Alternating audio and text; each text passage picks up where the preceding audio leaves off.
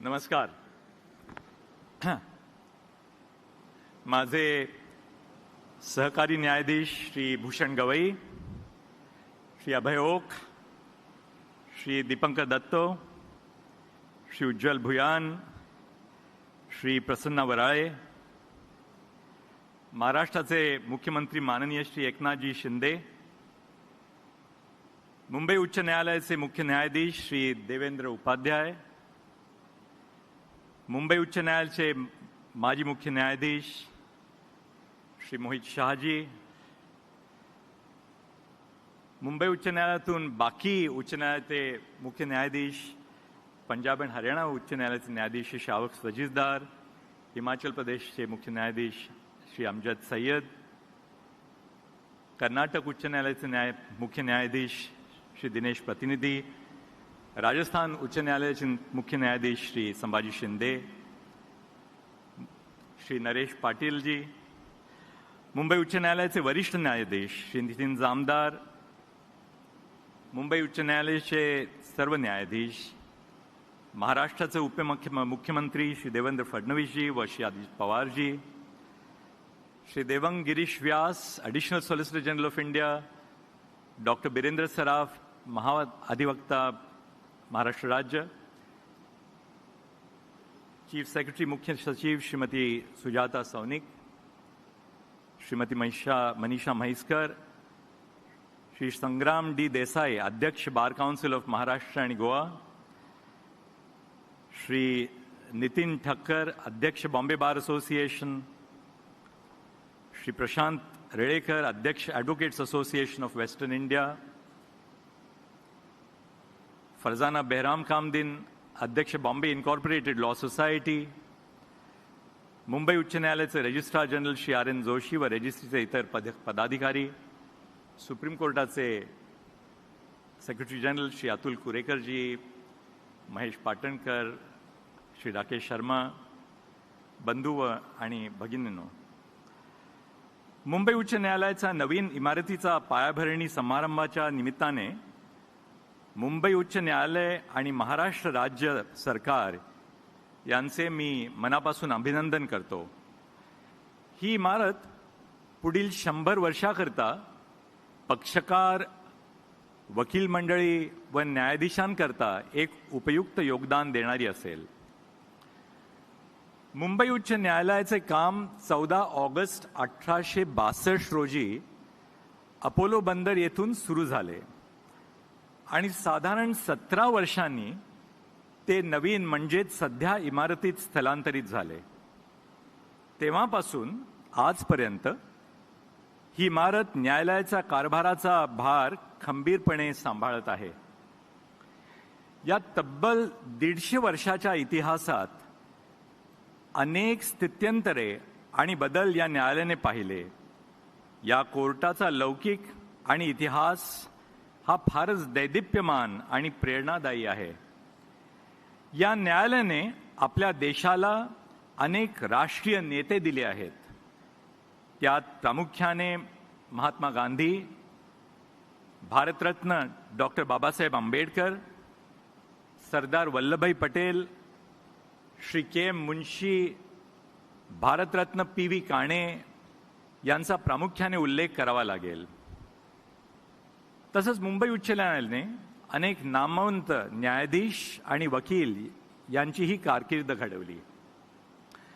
मुंबई शहर हे आर्थिक, व्यावसायिक, औद्योगिक क्षेत्राचे माहेरघर आहे. या अनुषंगाने या न्यायालयात वेगवेगळ्या क्षेत्राची आणि विविध प्रकारचे खटले चालत असतात आणि म्हणूनच मुंबई उच्च न्यायालयाला अनेक सामाजिक, राजकीय आणि शैक्षणिक क्षेत्रातील निवाड्यांचा इतिहास आहे. नवीन इमारत उभारणीच्या निमित्ताने आपण दक्षिणेकडून उत्तरेकडे मार्गस्थ होत आहोत. मार्गस्थ होताना आपण पूर्णपणे दक्षिणेकडे आपली पाठ फिरवली जाईल असे होणार नाही याची दक्षता घेणे तितकेच महत्त्वाचे आहे. काल परत्वे न्यायालयाच्या कामाचा स्वरूप आणि आवाका हा प्रचंड वाढल्याने न्यायालयाची जागा आणि सुविधा यांची आवश्यकता वाढली आहे. नवीन आव्हाने, नवीन उद्दिष्टे आणि न्यायपालिकेच्या भविष्यात्मक दृष्टिकोन त्यातील बदल याचा विचार करता नवीन इमारत ही काळाची गरज आहे. नवीन संगणकीय बदल, डिजिटायझेशन, पेपरलेस कोर्ट्स, ई-फायलिंग, न्यायदानाची बदललेली संकल्पना म्हणजे न्याय आपल्या दारी, या सगळ्या बाबींचा विचार करता नवीन इमारत मोठी आणि अद्ययावत बांधणीची असणे हे सगळ्यांसाठी सोयीचे होणार आहे. त्यामुळेच 23 सप्टेंबर 2024 म्हणजे आजचा दिवस हा मुंबई उच्च न्यायालयाच्या कारकिर्दीचा अत्यंत महत्त्वाचा आणि ऐतिहासिक दिवस ठरणार आहे.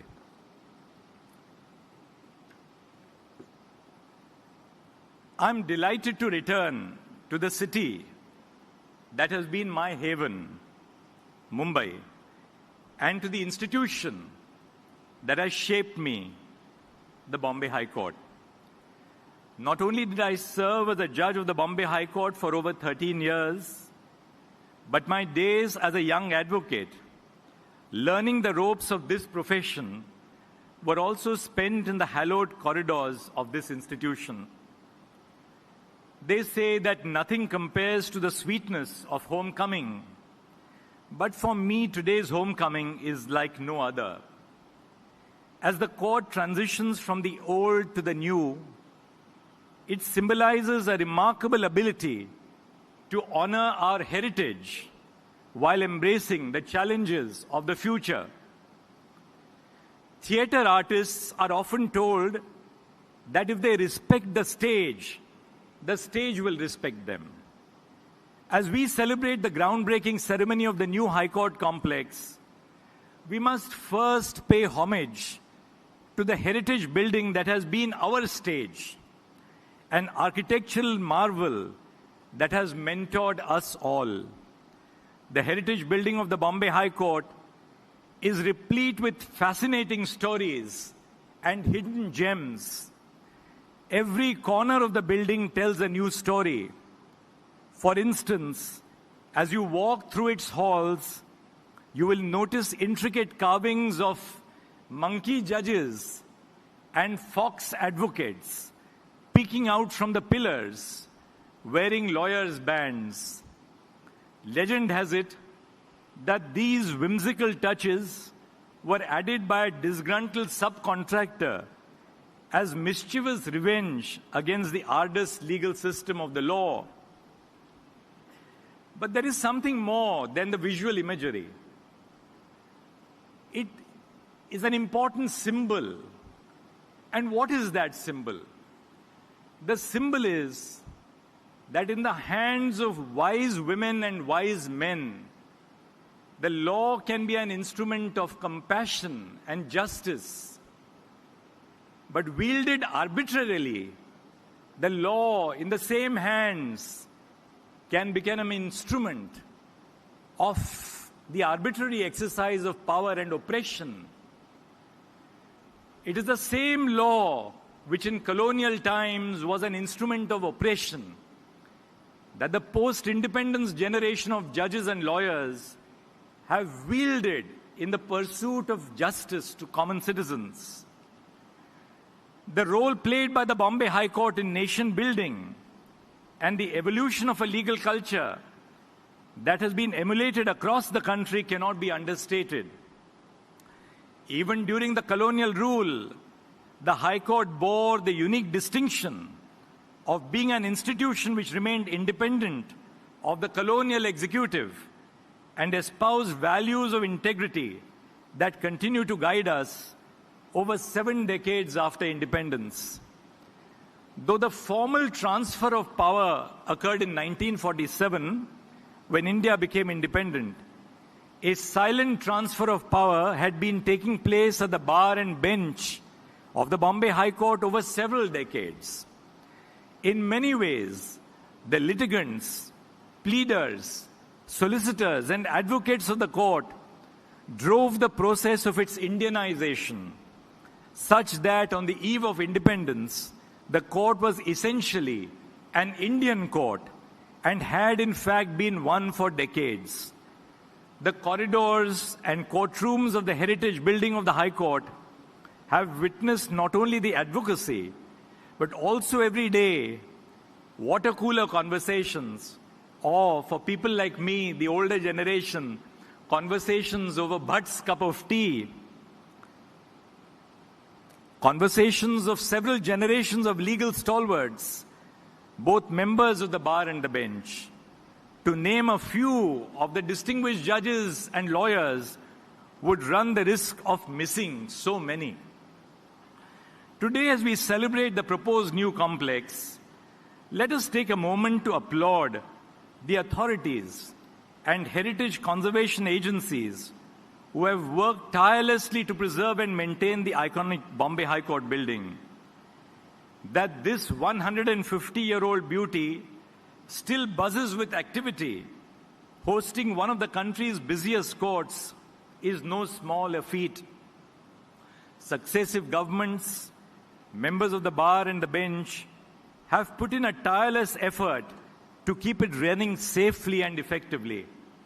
However, we cannot deny the inevitable.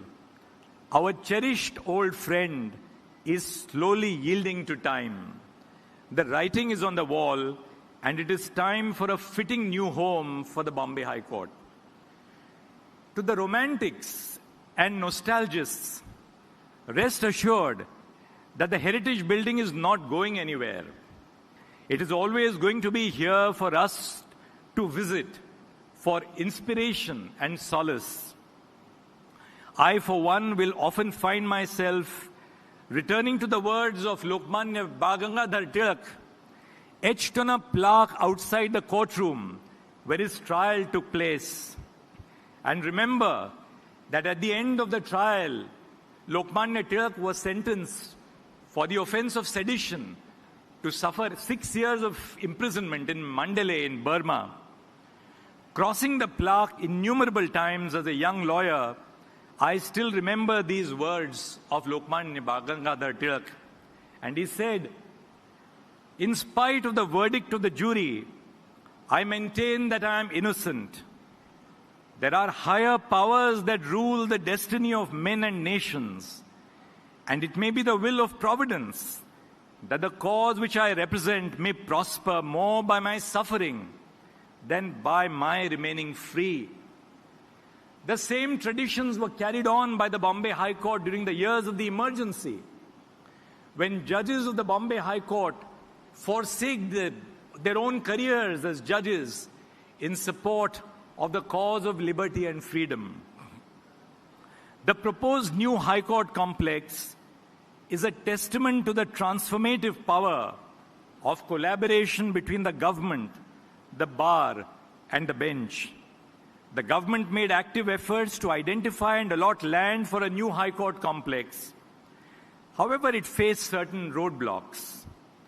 The High Court and the Supreme Court, in response to a letter from the Bombay Bar Association, took suo motu cognizance of the urgent need for accommodation, sparking a chain of events that brings us here today.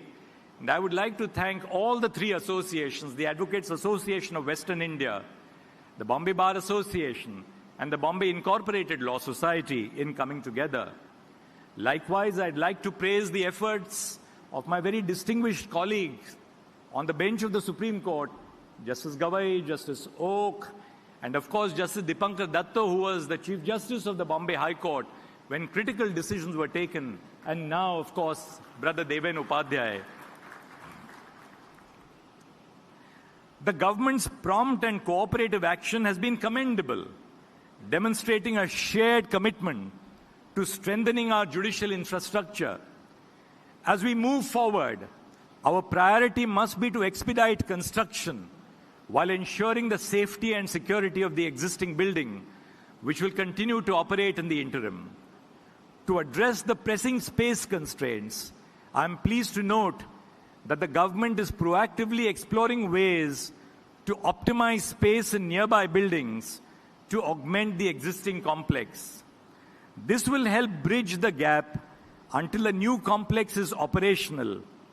In many ways, This ceremony celebrates not only the promise of a modern state-of-the-art facility, but also the spirit of cooperation that has made it possible. Let us all be clear, and let's not be befuddled by our vision.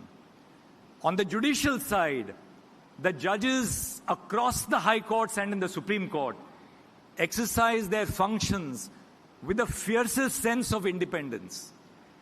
But when it comes to administrative infrastructure, budgeting, we stand together with the government. We stand together because our mission is one and the same. These projects are not private projects for the judges or for the lawyer. These are projects which are created for our citizens. Therefore, let there be no doubt at all, and I have no doubt in my mind, that this sense of collaboration between the state and the judiciary is in the interest of providing modern infrastructure for our citizens. And that sense of collaboration is in the tradition which our courts have wielded over the last 75 years and reflects the strength and maturity of our nation. As we move to a new physical space, undoubtedly our focus must be on modern architecture and innovative facilities. But we must also be cognizant of the fact that the architecture and infrastructure of our court complexes have a direct link with access to justice. When we speak of enhancing accessibility of infrastructure, there are two forms that this takes. The first aspect involves rectifying existing inaccessible systems, often by retrofitting existing infrastructure and buildings. The other form, which assumes even more importance, is ensuring that the new architecture we construct is adequately accessible from the get-go.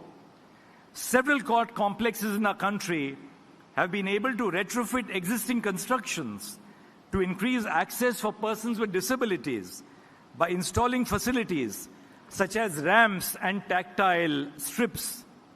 But the construction of a new complex for the High Court serves as a unique opportunity to ensure that accessible infrastructure is built into the design of the new complex itself and is not an afterthought. We must ensure that the new infrastructure we create is based on universal design principles, which entails thinking about the design of architecture in a way that enables accessibility for all people to the greatest extent possible. A court complex following the principles of universal design would be accessible not just to people with disabilities, but also to children and to the elderly. I'm hopeful that the planning process will prioritize stakeholder engagement, accessibility audits, and expert consultation to create a truly inclusive space. Let us focus on two critical stakeholders. The judiciary is witnessing a demographic shift. More and more women lawyers are entering the Indian judiciary, both as judges and as lawyers. States like Maharashtra, Kerala, Tamil Nadu, Rajasthan and Uttar Pradesh are seeing more than 50% of the new entrants into the judiciary in the form of women. Likewise, more and more women lawyers are entering into the legal profession. They have special needs which have to be looked after by creating safe and inclusive spaces of work for women. Women do not expect concessions. They expect equal opportunity. And the physical infrastructure which we create will define the sort of society we will create for women in the next 50 or 100 years. As we invest in modernizing our physical courtroom infrastructure through architecture and construction, it is equally crucial for us as judges and administrative members to also prioritize advancements in our digital infrastructure. I'm delighted that we have inaugurated today the E-Seva Kendras and the Bombay Digital Law Reports. Let us all understand what the mission is all about. The E-Committee of the Supreme Court is ensuring that we translate our judgments into every language which is recognized by the Constitution. Nearly 2,000 judgments of the Supreme Court, as Justice Oak informed me, have been now translated into Marathi.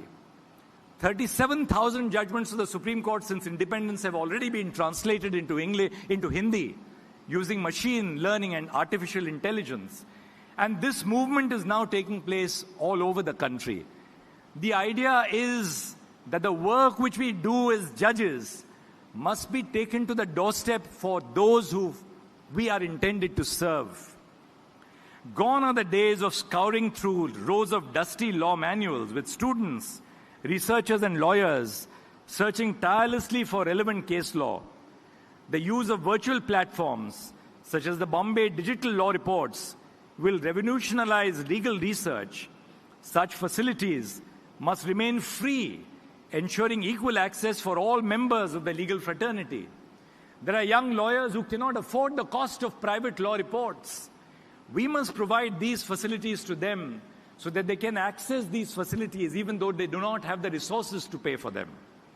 Ensuring that access to our judgments and orders is free not only benefits members of the fraternity, but also brings our institutions closer to ordinary citizens. Judgments of our courts are no longer the preserve of those with legal training and are now easily accessible to a broader audience, litigants, members of the government, journalists, and members of civil society. As the judgments of our constitutional courts enter the discourse of common citizens, the values embedded in our Constitution will also be injected into their daily lives. In this way, initiatives like the Bombay Digital Law Reports serve a larger purpose.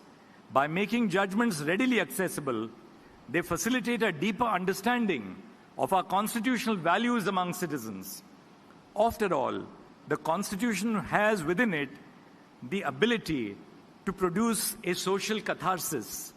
By bringing the Constitution closer to the people, we edge closer to realizing this potential for social transformation, paving the way for a more just, aware, and vibrant society.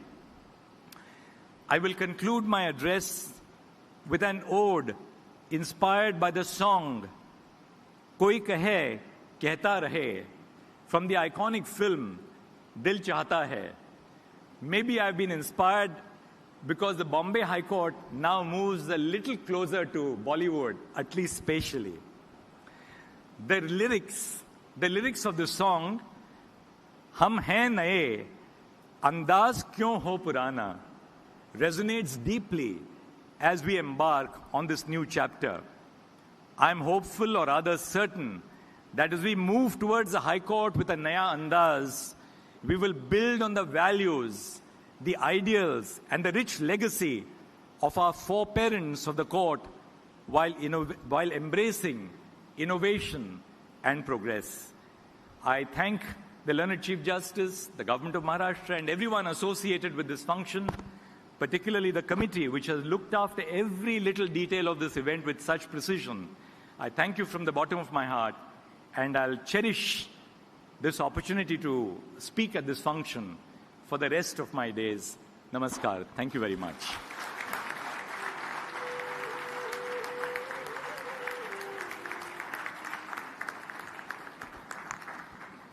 Thank you so much, sir.